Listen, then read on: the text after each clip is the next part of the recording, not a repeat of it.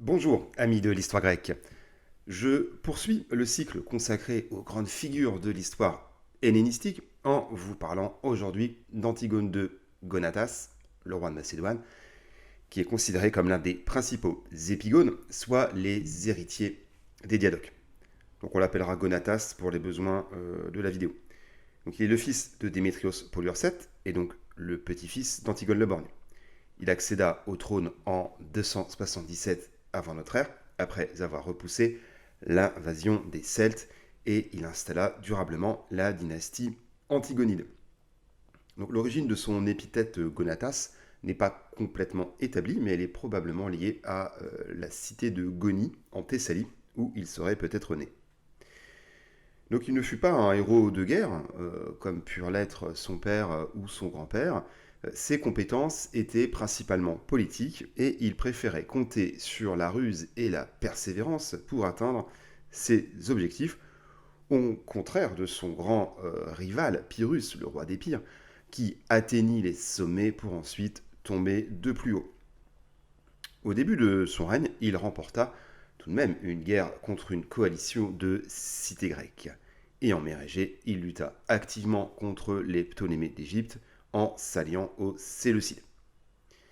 Et durant son long règne de presque 40 années, Gonatas rejeta les politiques asiatiques aventureuses de ses prédécesseurs et se consacra à renforcer son royaume, désormais à l'écart des grands conflits.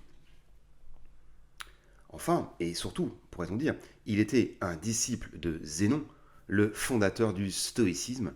Il est donc perçu aux yeux de certains modernes comme un roi philosophe. Il convient tout de même de remarquer que les sources historiques le concernant sont assez lacunaires, comme d'ailleurs toute la période du milieu du IIIe siècle, contrairement à la période des Diadoques, qui est bien connue, ou au début du IIe siècle, qui vit les Romains entrer dans la danse en Grèce. A noter aussi qu'il n'existe pas de statue ou de buste le représentant et que les monnaies frappées sous son règne sont toutes à l'effigie de Poséidon ou de Pan, contrairement à ce qu'on peut voir parfois sur Internet. Et comme à mon habitude, je m'appuierai essentiellement sur des pages Wikipédia que j'ai rédigées et sourcées en grande partie. Voyons donc en premier thème ses origines et la conquête du pouvoir. Donc Gonatas naquit vers 319 de l'union de Démétrios Poliorcète et de Phila. Donc il était à la fois le petit-fils d'Antigone le Borgne et d'Antipater, deux des principaux diadoques. En voilà un bel héritage. Il avait pour sœur Stratonis, qui épousa successivement Séleucos et Antiochos. Et dans sa jeunesse, il fut le disciple de Zénon, le fondateur du stoïcisme, et une fois parvenu au pouvoir, il le rencontra plusieurs fois à Athènes. Mais nous évoquerons sa relation avec la philosophie dans une autre partie. Et donc pour revenir à ses débuts, il fut d'abord un lieutenant zélé de son père en Grèce. Il combattit, certes en vain, Pyrrhus et Lysimaque, qui visaient la possession du royaume de Macédoine. Puis il essaya d'envoyer des secours à son père, qui était engagé en Asie contre Séleucos. Et quand son père mourut en 283, captif à la cour séleucide, Gonatas organisa de grandioses funérailles à Corinthe et fit ensevelir l'urne funéraire à Démétrias, une cité que son père avait fondée en Thessalie et qui sera l'une des bases futures de la reconquête de la Grèce. Alors à voir quand même que Gonatas, à la mort de son père, disposait encore d'une flotte de guerre conséquente et surtout de plusieurs possessions stratégiques en Grèce, donc Démétrias, on l'a dit, Chalcis, le Pirée et aussi et surtout Corinthe. Et donc, comme je l'ai dit, elles seront les bases de sa conquête du pouvoir en Macédoine. Alors, de manière honorifique, il prit le titre royal à la suite de son père, mais on pourrait dire que c'était à l'époque un roi sans royaume. Alors, il a su profiter des troubles qui suivirent la mort de Lysimaque et de Séleucos pour faire en 281 une première tentative pour s'emparer de la Macédoine, mais il fut repoussé par Ptolémée Kéronos, dit la foudre, un fils de Ptolémée qui venait d'assassiner Séleucos. Alors, il tenta sans succès de se tourner vers l'Asie, l'Anatolie, afin de se tailler un royaume dans les anciennes possessions de Lysimaque. Et donc, l'invasion de tribus celtes, que les Grecs appelaient alors Galates, qui ravagea en 279 la Grèce et la Macédoine, fut pour lui une occasion inespérée de se rétablir. Donc il conclut une paix avec les Séleucides et débarqua en Thrace, où il remporta une grande victoire contre les Galates à la bataille de Lysimachea en 277. Arrêtons-nous un instant sur cette bataille qui illustre toute la ruse de Gonatas. Alors, les anciens Grecs parlaient de la métisse du nom d'une nymphe pour qualifier l'intelligence à la guerre, et Gonatas n'en manquait pas. Donc les sources nous expliquent que Gonatas fit venir les chefs galates dans son camp pour feindre des négociations et qu'il étala devant eux toutes ses richesses tout en leur donnant l'image d'un camp mal défendu. Et donc bien évidemment, les Galates impétueux décidèrent dans la foulée de faire une attaque nocturne sur le camp macédonien pour le piller. Mais Gonatas l'avait fait évacuer et avait caché ses hommes dans une forêt voisine et dans des bateaux. Et en se rendant dans ces bateaux qu'ils croyaient abandonnés, les Galates se firent massacrer par les soldats embusqués. Cette victoire retentissante lui conféra un prestige suffisant pour s'imposer comme roi d'une Macédoine affaiblie par 2 décennies de guerre. Il se débarrassa ensuite de ses derniers rivaux, un fils de Lysimaque et un neveu de Cassandre. Et partisan d'un retour à la tradition, il ramena la capitale royale à Pella, dans le cœur historique du royaume. Enfin, tout comme son père, il bénéficiait des conseils avisés de Hieronymus de Cardia, le futur historien des Diadoques, qui sera repris plus tard par Diodore. Et concernant les affaires matrimoniales, Gonatas n'eut qu'une épouse connue, sa propre nièce Phila II, à laquelle il s'unit vers 276. Donc elle était la fille de Séleucos et de sa sœur Stratonis. Et ce mariage marqua l'alliance durable entre Antigonide et Séleucide. Et donc cette fille-là lui donna 2 enfants, Alcyone, mort vers 261, même si certains historiens considèrent qu'il naquit d'une concubine, et Démétrios II, qui succéda à son père. Voyons en thème numéro 2, Gonatas face à Pyrrhus. Donc, la mainmise de Gonatas sur la Macédoine fut rapidement menacée par le roi d'Épire, qui était rentré en 275 de ses campagnes en Italie. Alors, je ferai relativement court à ce sujet, sachant que j'ai traité de Pyrrhus dans une précédente vidéo. Donc, Pyrrhus cherchait en effet à envahir la Macédoine afin de payer par le pillage ses troupes de mercenaires. Et donc Antigone dut se replier à Thessalonique où se trouvait sa flotte. Mais Pyrrhus s'aliéna rapidement les Macédoniens en laissant ses mercenaires galates piller la nécropole royale d'Égaïe. Et Gonatas reprit l'offensive quand Pyrrhus fut parti mener campagne dans le Péloponnèse, laissant la Macédoine à la garde de son fils Ptolémée. Donc Gonatas fut battu une première fois par Ptolémée, mais finit par le chasser de Macédoine en 272. Il put alors envoyer des secours à Sparte, qui était sous la menace de Pyrrhus. Ce dernier dut finalement renoncer à prendre la cité face à la résistance des habitants, et il se replia vers Argos. Donc Gonatas marcha contre Pyrrhus et arriva à Argos avant lui, même s'il avait dû contourner par la mer les territoires de la Ligue étolienne qui lui étaient hostiles.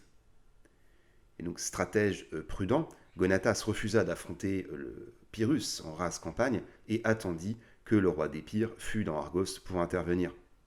Et Pyrrhus trouva la mort dans la bataille, achevé par un soldat de Gonatas. Et donc Gonatas put incorporer une partie de l'armée de Pyrrhus, notamment les mercenaires, sachant qu'une partie des troupes épirotes furent renvoyées dans leur pays. Et donc le fils et successeur de Pyrrhus, Alexandre II, dut abandonner toute ambition sur la Grèce, et donc à cette date, Gonatas était devenu le seul et véritable maître de la Grèce. Voyons en thème numéro 3, Gonatas face aux Grecs. La domination macédonienne sur la Grèce continentale fut rapidement remise en cause. En effet, l'un des chefs du parti anti-macédonien à Athènes, lui aussi d'ailleurs disciple de Zénon, un dénommé Crémonides, manœuvra pour rapprocher Athènes et Sparte en 268. Alors, les Athéniens cherchaient à expulser les Macédoniens de l'Attique, tandis que les Spartiates cherchaient à retrouver leur hégémonie sur le Péloponnèse. Et de nombreux États du Péloponnèse et de Crète se rallièrent à cette coalition. Et puis, Ptolémée offrit son soutien aux Grecs, car il s'inquiétait des ambitions de Gonatas sur les îles égéennes et cherchait à préserver les intérêts commerciaux de l'Égypte. Donc les opérations de cette guerre, dite crémonidéenne, donc qui tire son nom du stratège athénien, eurent lieu essentiellement autour de Corinthe, donc le point fort du dispositif macédonien en Grèce, on pourrait dire le verrou entre le nord et le sud de la Grèce, donc qui était tenu par un demi-frère de Gonatas qui s'appelait Cratère. Et donc les Spartiates tentèrent en vain, par 3 fois, entre 267 et 265, de prendre Corinthe. Et le roi de Sparte, Aréus, trouva d'ailleurs la mort dans la dernière tentative.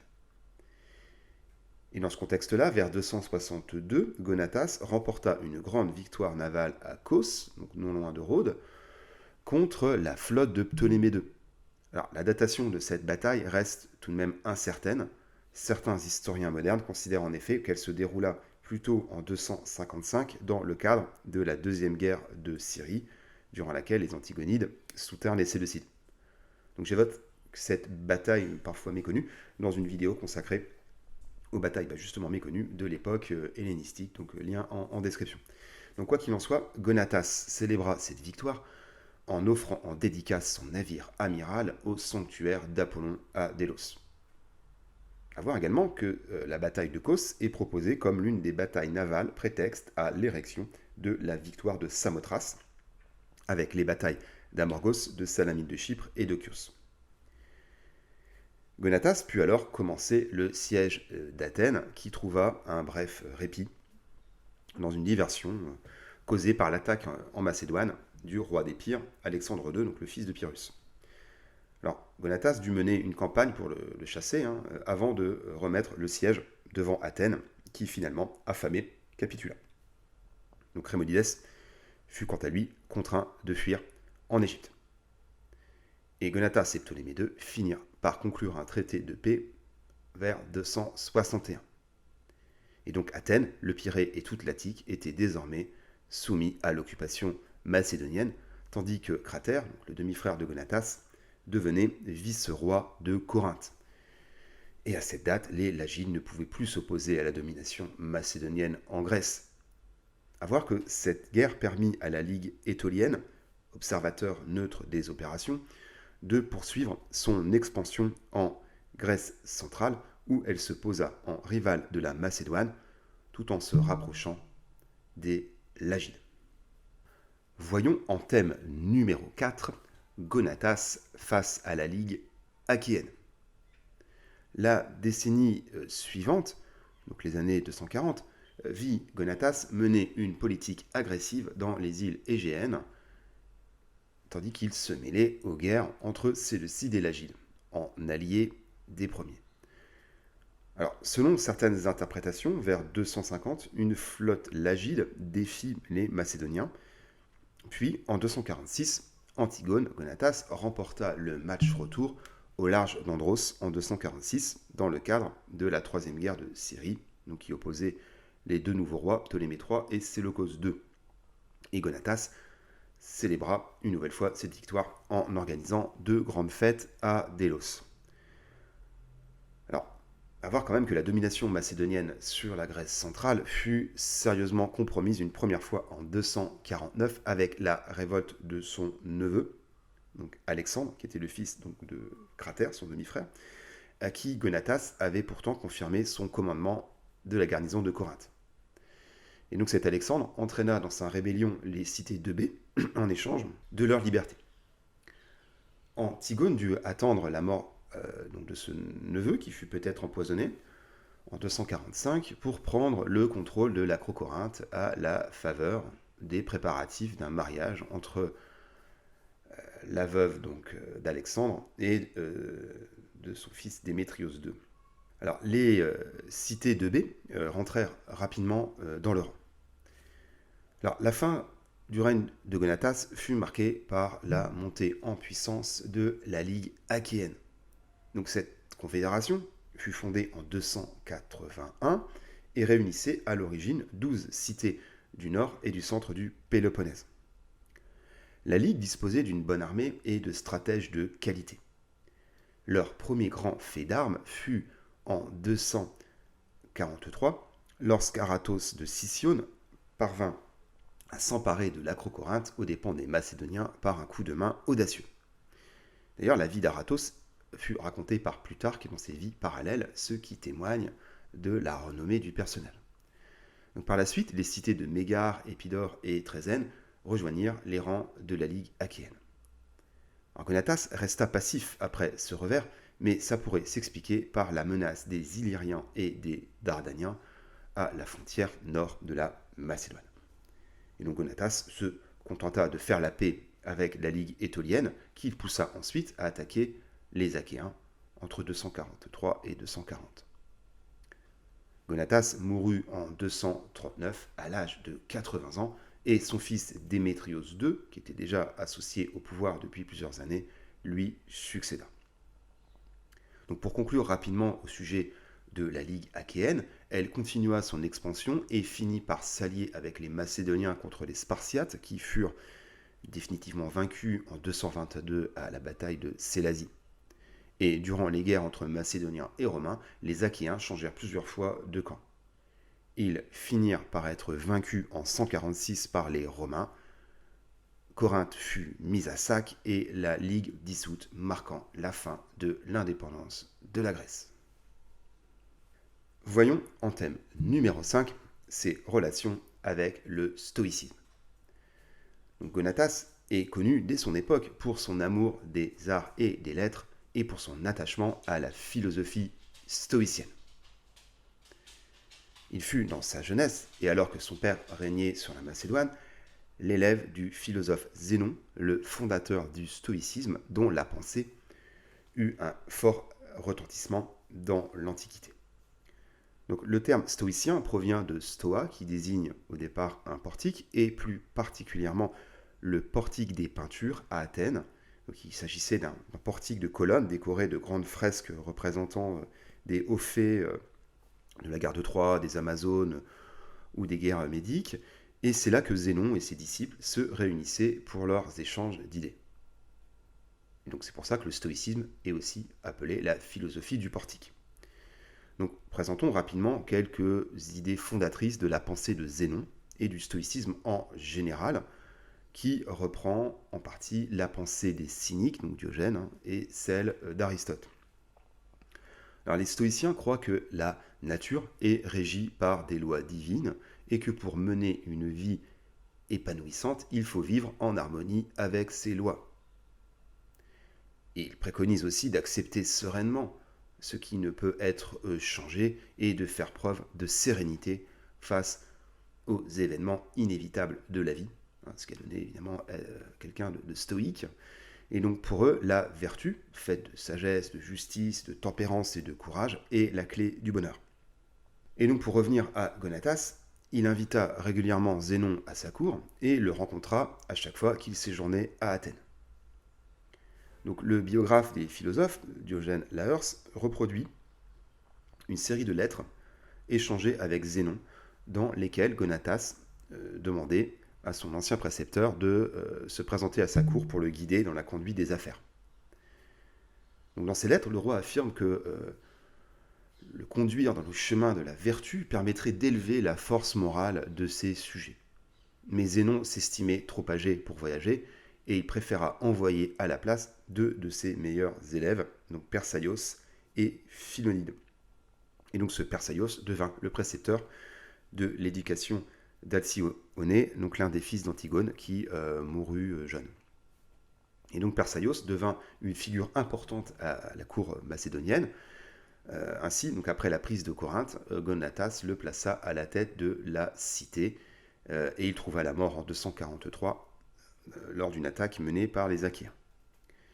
Et donc après la mort de Zénon, Gonatas demanda aux Athéniens de lui ériger un tombeau dans le cimetière du Céramique, et il fit don de 3000 drachmes à Cléante, donc le successeur de Zénon, à la tête de la Stoa. Et Gonatas est mentionné donc par Diogène Laërce comme étant aussi en relation avec des philosophes d'autres écoles, notamment les écoles socratiques et cyniques, dont Ménédème d'Érythrée, qui est représenté en compagnie du jeune roi sur une fresque visible dans une villa romaine. Le biographe affirme en outre que de nombreuses personnes cherchaient à rencontrer Gonatas lors de ses séjours à Athènes, et que des Athéniens lui écrivirent des lettres très flatteuses.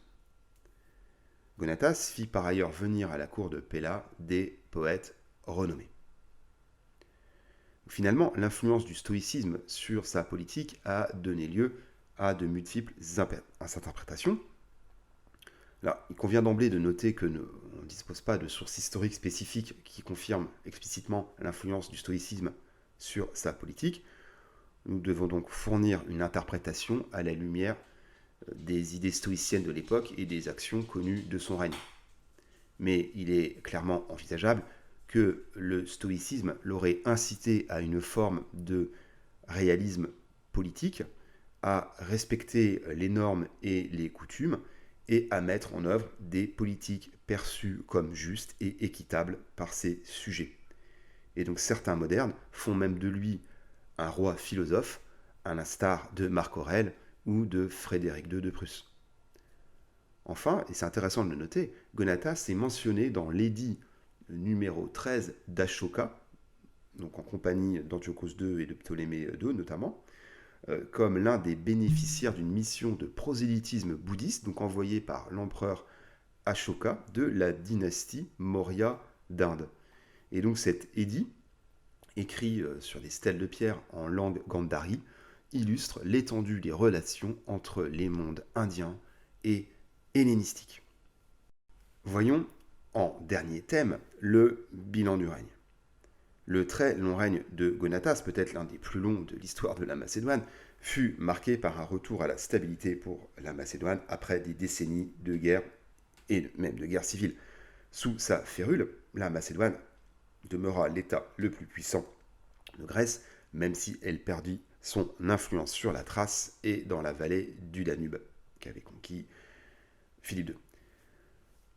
Gonatas assurait donc le contrôle de la Grèce à travers la possession de places fortes et de garnisons portuaires héritées de son père, notamment principalement le Pirée et Corinthe. Il sut aussi s'appuyer sur des tyrans philo-macédoniens pour contrôler certaines cités du Péloponnèse. La fin de son règne fut tout de même marquée par quelques revers et par l'essor des ligues étoliennes et achéennes qui domineront la scène politique dans les décennies suivantes. Et la révolte de son neveu Alexandre et la perte de Corinthe, qui tomba aux mains des Achéens, furent tout de même des coups durs.